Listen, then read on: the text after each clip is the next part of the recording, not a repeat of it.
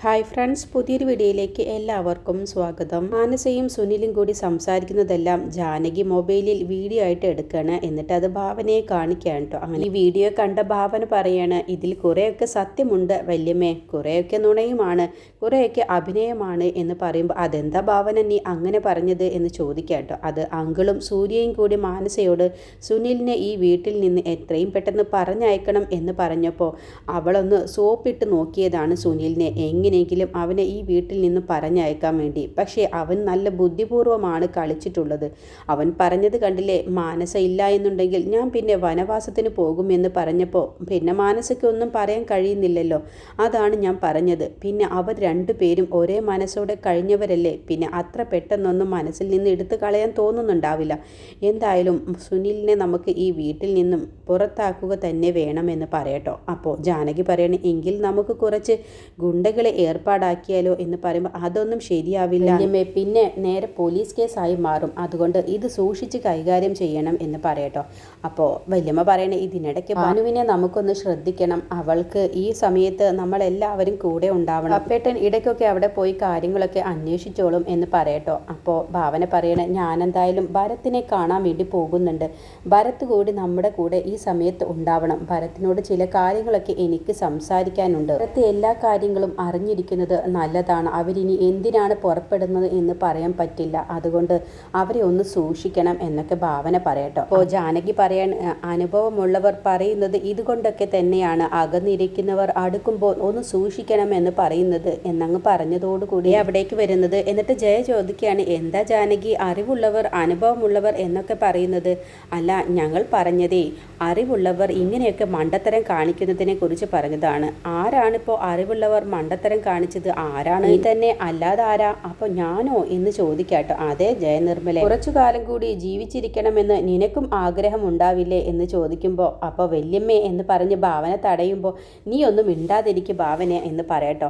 നീ എന്തിനാ ജയെ ഇത്ര വേഗം ആ മാനസയുടെ പേരിൽ ഇഷ്ടദാനം എഴുതിയത്? ആ അജയന്റെയും പ്രസീതയുടെയും മകളല്ലേ? ഓ അതാണോ കാര്യം? ഞാൻ ഒരു മണ്ടത്തരവും കാണിച്ചിട്ടില്ല, ഞങ്ങൾ എല്ലാവരും കൂടി തീരുമാനിച്ചിട്ട് തന്നെയാണ് മാനസയുടെ പേരിൽ ഇഷ്ടദാനമായിട്ട് എഴുതിയത് എന്ന് പറയട്ടോ.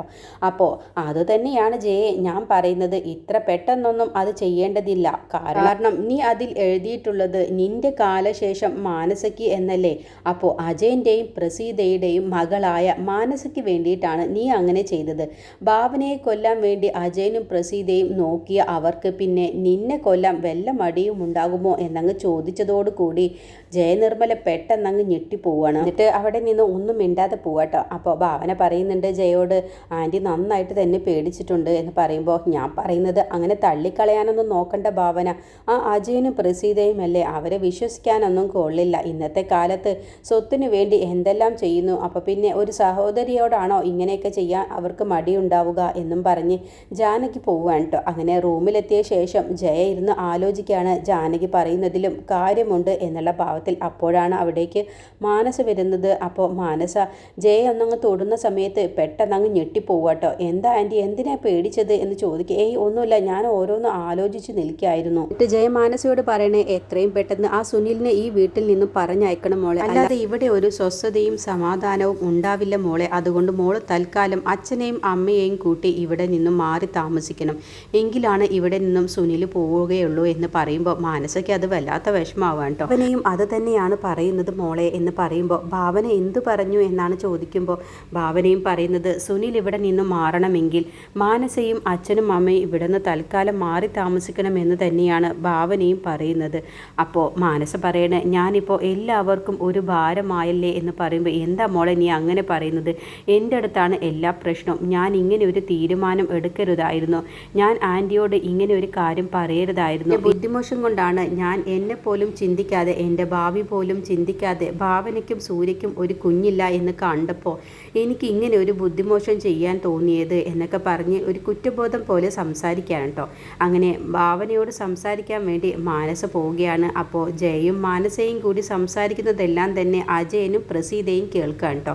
എന്നിട്ട് അജയൻ പറയാണ്, ആ ജയ നമുക്ക് ഈ വീട് ഇഷ്ടദാനമായി എഴുതി തന്നതാണ്, എന്നിട്ടിപ്പോൾ നമ്മളോട് ഇവിടെ നിന്നും പോവാൻ പറയുന്നു, എങ്കിൽ അവളോടൊന്ന് സംസാരിച്ചേ മതിയാവൂ എന്ന് പറയുമ്പോൾ പ്രസീത പറയണം, എങ്കിൽ ഇപ്പം തന്നെ സംസാരിച്ചാലും അത് വേണ്ട, നമുക്കൊന്ന് ആലോചിച്ചിട്ട് മതി അവളോട് സംസാരിക്കല് എന്ന് പറഞ്ഞ് അജയനും പ്രസീതയും റൂമിലേക്ക് പോവാൻ കേട്ടോ. അപ്പോൾ മാനസ ഭാവനയുടെ അടുത്തേക്ക് ചെല്ലാണ്. എന്നിട്ട് ഭാവനയോട് ചോദിക്കുകയാണ്, ഭാവന നിനക്കും ഞാൻ ഇവിടെ നിന്നും പോകുന്നതാണ് ഇഷ്ടം എന്നുള്ളത് ആൻറ്റി എന്നോട് പറഞ്ഞു എന്ന് പറയുമ്പോൾ പിന്നെ ഞാൻ എന്താണ് മാനസ പറയേണ്ടത്? നീയും സുനിലും തമ്മിലുള്ള ബന്ധത്തെക്കുറിച്ചൊക്കെ ഞങ്ങൾക്ക് എല്ലാവർക്കും ഏകദേശം മനസ്സിലായിട്ടുണ്ട് എന്ന് പറയുമ്പോൾ അതെല്ലാം അവൻ്റെ ഒരു അഭിനയമാണെന്ന് പറയുമ്പോൾ അതൊന്നും ഞങ്ങൾക്ക് ചോദ്യം ചെയ്യാൻ കഴിയില്ല. നീയും സുനിലും തമ്മിലുള്ള ബന്ധത്തെക്കുറിച്ചൊന്നും ഞങ്ങൾക്ക് കൂടുതലൊന്നും ചോദ്യം ചെയ്യാനും പറയാനും കഴിയില്ല.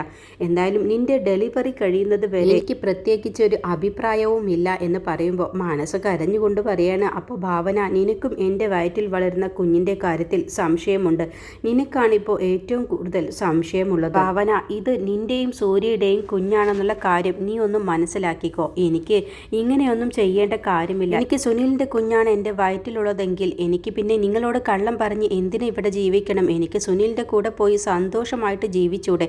പക്ഷേ എനിക്കങ്ങനെ കള്ളം പറഞ്ഞ് സുനിലിൻ്റെ കുഞ്ഞാണെന്നും പറഞ്ഞ് കള്ളം പറഞ്ഞ് എനിക്ക് ജീവിക്കേണ്ട കാര്യമില്ല. ഭാവന എനിക്ക് ഇങ്ങനെ ഒരു കള്ളം പറഞ്ഞ് എന്ത് നേടാനാണ്? ഒരു കാര്യം ഭാവന നീ മനസ്സിലാക്കിക്കോ, ഈ വീടും ഈ സ്വത്തുക്കളും എല്ലാം തന്നെ എനിക്ക് ആൻറ്റി എൻ്റെ പേരിൽ എഴുതി തന്നിട്ടുണ്ട്. പിന്നെ എന്തിനാണ് ഞാൻ നിങ്ങളോട് ഇങ്ങനെ ഒരു കള്ളം പറഞ്ഞ് നിങ്ങളെ തെറ്റിദ്ധരിപ്പിക്കണം? എനിക്ക് സുനിലിൻ്റെ കൂടെ പോയി സന്തോഷമായിട്ട് ജീവിച്ചാൽ പോരെ? എൻ്റെ വയറ്റിലുള്ള കുഞ്ഞ് അത് നിങ്ങളുടെ കുഞ്ഞ് തന്നെയാണെന്നുള്ളത് നിങ്ങളൊന്ന് മനസ്സിലാക്കണം. പിന്നെ വെറും സംശയത്തിൻ്റെ പേരിലാണ് നിങ്ങൾ ഈ കുഞ്ഞിനെ ഇപ്പോൾ മാറ്റി നിർത്തുന്നത്.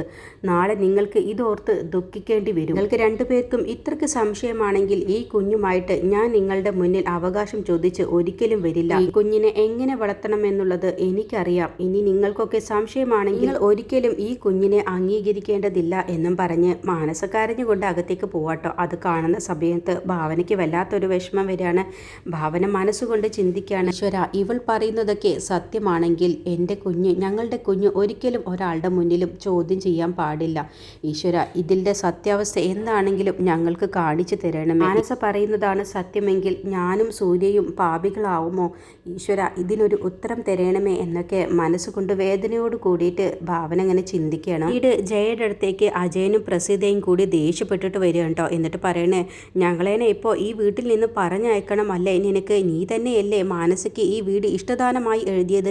ഇപ്പോൾ ഞങ്ങൾ ഈ വീട്ടിൽ നിന്ന് പോകണമെന്നാണോ നീ പറഞ്ഞു വരുന്നത് എന്ന് ചോദിക്കുമ്പോൾ അല്ല ഏട്ടാ, സുനിലിൻ്റെ പ്രശ്നം കൊണ്ടാണെന്ന് പറയുമ്പോൾ അപ്പോൾ പിന്നെ സുനിലിനെ ഞങ്ങൾ സഹിക്കണമെന്നാണോ നീ പറഞ്ഞു വരുന്നത്? നീ തന്നെയല്ലേ ഞങ്ങളുടെ മോളുടെ ഭാവി ഇല്ലാതാക്കിയത്? എന്നിട്ടിപ്പോൾ അവളെ നീ കൈയൊഴിയുന്നോ? ഞങ്ങൾക്ക് ഏറ്റവും വലുത് ഞങ്ങളുടെ മോള് തന്നെയാണ്. അപ്പോൾ പ്രസീത പറയണേ, എല്ലാവരുടെയും കുടുംബം തന്നെയാണ് ഏറ്റവും വലുതുണ്ടാവുക.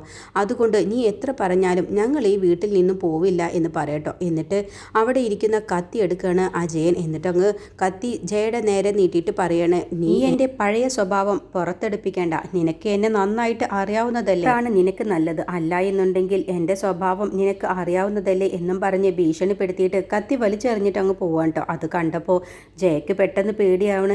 ജാനകി പറയുന്നതൊക്കെ സത്യമാണല്ലോ എന്നുള്ള ഭാവത്തിലാണ് കേട്ടോ ആലോചിച്ച് നിൽക്കുന്നത്. അപ്പോൾ അജയനും പ്രസീതയുടെ നേരെ കത്തിയെടുത്ത് ചൂണ്ടിയതും എല്ലാം തന്നെ അവിടെ നിന്നോണ്ട് ജാനകി കാണുന്നുണ്ടാവും കേട്ടോ. അങ്ങനെ അജയനും പ്രസീതയും പോയി കഴിഞ്ഞ ശേഷം ജയയുടെ അടുത്തേക്ക് ജാനകി ചെന്നിട്ട് പറയണം, എന്തായി കാര്യങ്ങൾ? അജയന്റെ യഥാർത്ഥ സ്വഭാവം പുറത്തെടുത്തില്ലേ? ഇതാണ് ഞാൻ പറയുന്നത്. ഇനിയെങ്കിലും നീ ഭാവനയെ മനസ്സിലാക്കി ജീവിക്കും. ഭാവന നിന്നെ ചേർത്ത് പിടിക്കാനും നിന്നെ സ്നേഹിക്കാനും മാത്രമാണ് ഇതുവരെയും ശ്രമിച്ചിട്ടുള്ളൂ. നീയാണെങ്കിൽ അവനെ ഒരു ശത്രുവിനെ പോലെ കണ്ട് അകറ്റി നിർത്താനാണ് ശ്രമിച്ചിട്ടുള്ളത്. അതുകൊണ്ട് ഇനിയെങ്കിലും എല്ലാ കാര്യങ്ങളും മനസ്സിലാക്കി ജീവിക്കും. പിന്നെ സുനിലിനെ പുറത്താക്കുന്ന കാര്യം അത് നീ ദൈവത്തിന് വിട്ടുകൊടുക്ക്. ദൈവമായിട്ട് തന്നെ എന്തെങ്കിലും ഒരു വഴി കാണിച്ചു തരും. എന്നിട്ട് നീ മനസ്സിരുത്തി എല്ലാ കാര്യങ്ങളും ഒന്ന് ചിന്തിച്ചു നോക്ക് എന്ന് പറഞ്ഞിട്ടാണ് കേട്ടോ ജാനകി പോകുന്നത്.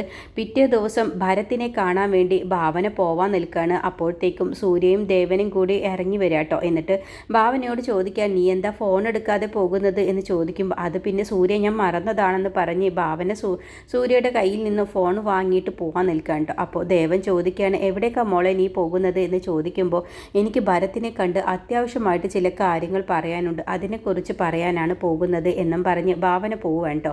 അപ്പോൾ സൂര്യയോട് ചോദിക്കുകയാണ്, എന്താണ് മോനെ എന്ന് ദേവൻ ചോദിക്കുമ്പോൾ സൂര്യ പറയണേ, ഭരത്ത് അറിയാത്ത ചില കാര്യങ്ങളുണ്ട് അച്ഛ, അതുകൂടി ഭരത്തിനെ അറിയിക്കാൻ വേണ്ടിയിട്ടാണ് ഭാവന പോകുന്നത്. ഭാനുവിൻ്റെ കാര്യത്തിൽ ഇനിയും അവർ എന്തെങ്കിലുമൊക്കെ ചെയ്താൽ അത് ഭരത്ത് കൂടി ഇനി അറിഞ്ഞിരിക്കുന്നത് എപ്പോഴും നല്ലതാണ്. അതുകൂടി ചിന്തിച്ചിട്ടാണ് ഭാവന ഇപ്പോൾ ഭരത്തിൻ്റെ അടുത്തേക്ക് പോകുന്നത് എന്ന് പറയട്ടോ. ഇനി അടുത്ത എപ്പിസോഡിൽ ഭരത്തിനെ ഭാവന കണ്ട് കാര്യങ്ങളൊക്കെ സംസാരിക്കാൻ കേട്ടോ. എന്നിട്ട് ഭാവന പറയണ, ഇനി ഒരിക്കലും അവൻ ഇങ്ങനെ ഒരു ചതി ഒരു പെൺകുട്ടിയോടും ചെയ്യാൻ ചെയ്യാൻ പാടില്ല, ഇതിനുള്ള വഴി നീ നോക്കണം ഭരത്തെ എന്ന് പറയട്ടോ. അത് കേൾക്കുന്ന സമയത്ത് ഭരത്തിനിങ്ങനെ അരിച്ചു കയറുകയാണ് കേട്ടോ. അങ്ങനെ ഭരത് ഇനി കളത്തിലിറങ്ങാൻ പോവുകയാണ്.